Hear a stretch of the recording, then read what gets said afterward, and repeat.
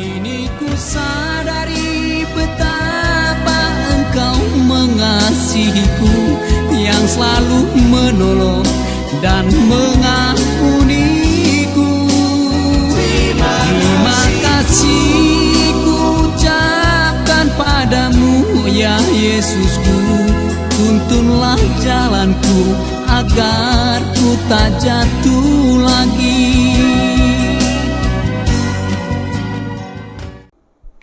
Shalom.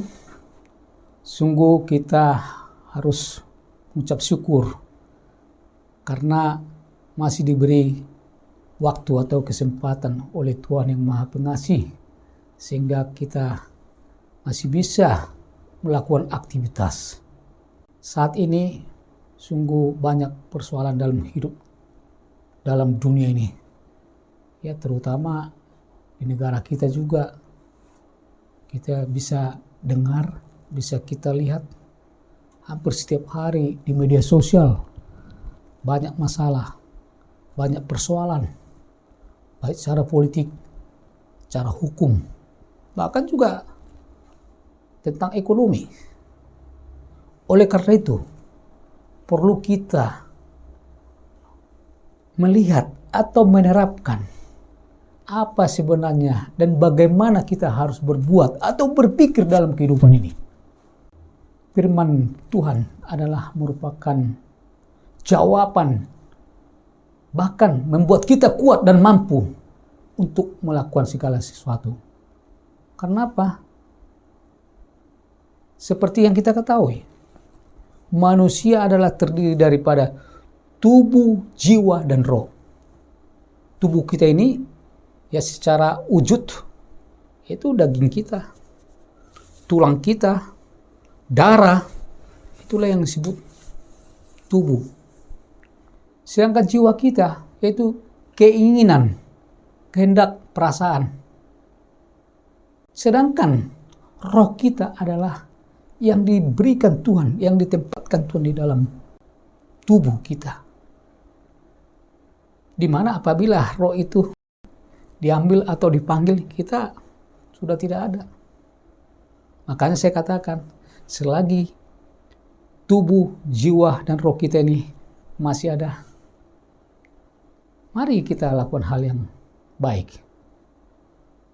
Seperti katakan firman Tuhan, bisa kita lihat di dalam 1 Petrus 4 ayat 7 ya. Saya bacakan bagi kita. Hidup orang Kristen, kesudahan segala sesuatu sudah dekat. Karena itu kuasailah dirimu, jadilah tenang supaya kamu dapat berdoa. Ada 3 hal di sini. Katakan hidup orang Kristen itu menguasai diri dan tenang, dan juga berdoa. Sekali lagi, menguasai diri, tenang, dan berdoa. Kalau kita tidak tenang, otomatis kita tidak bisa berdoa.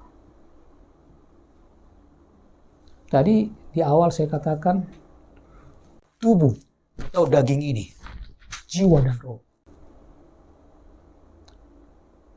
Di dalam diri kita ini ada 2 komponen yang saling bertentangan satu yang lain. Di mana satu sisi daging kita ini keinginannya bertentangan dengan keinginan daripada roh kita. Di mana kalau kita lihat atau kita baca di dalam Galatia 5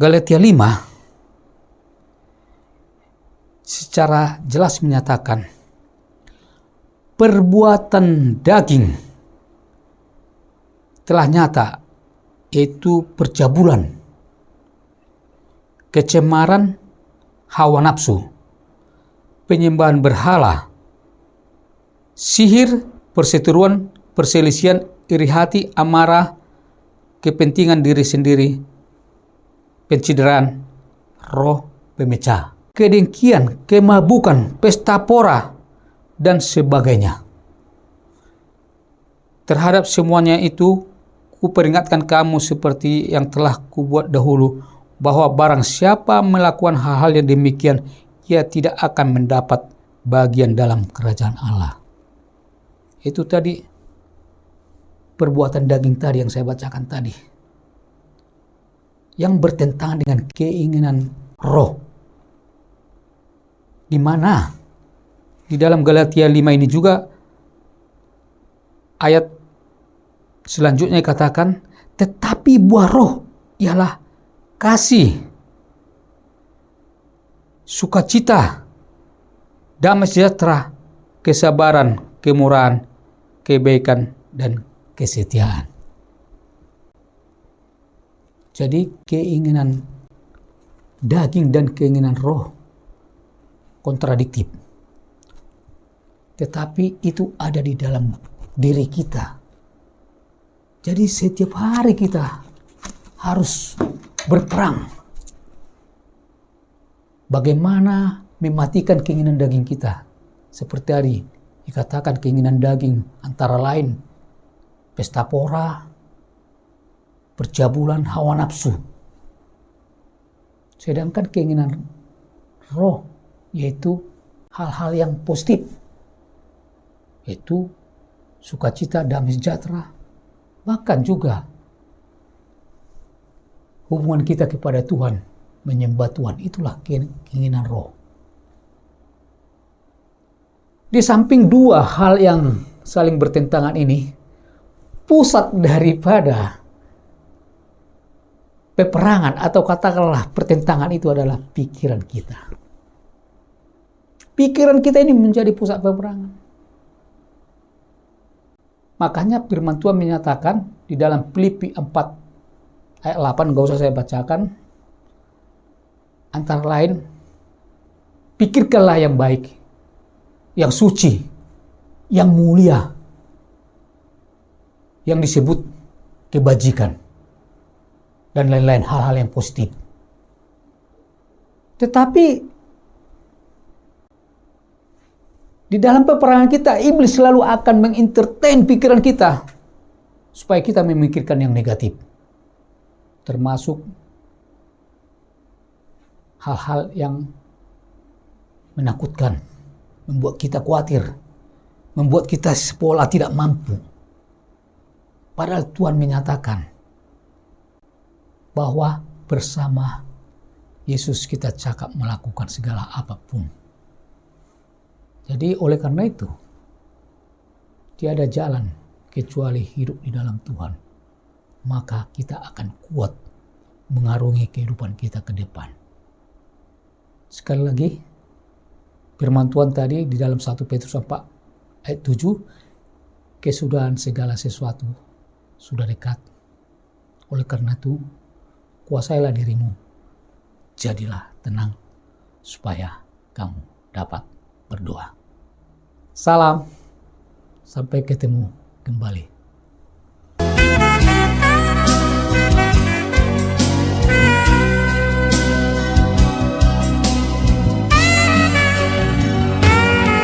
Di setiap langkahku, Engkau selalu menuntunku.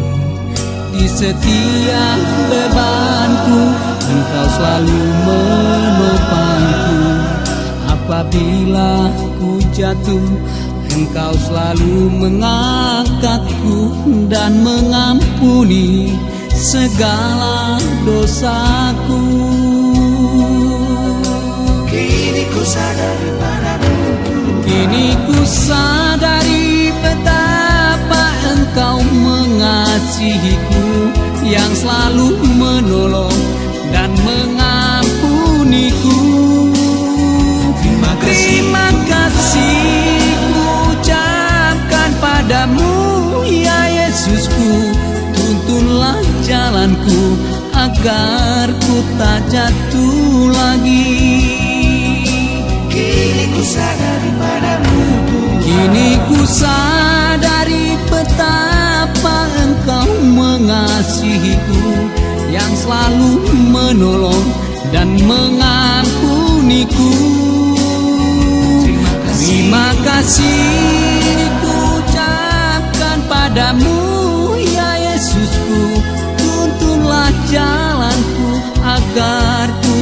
satu lagi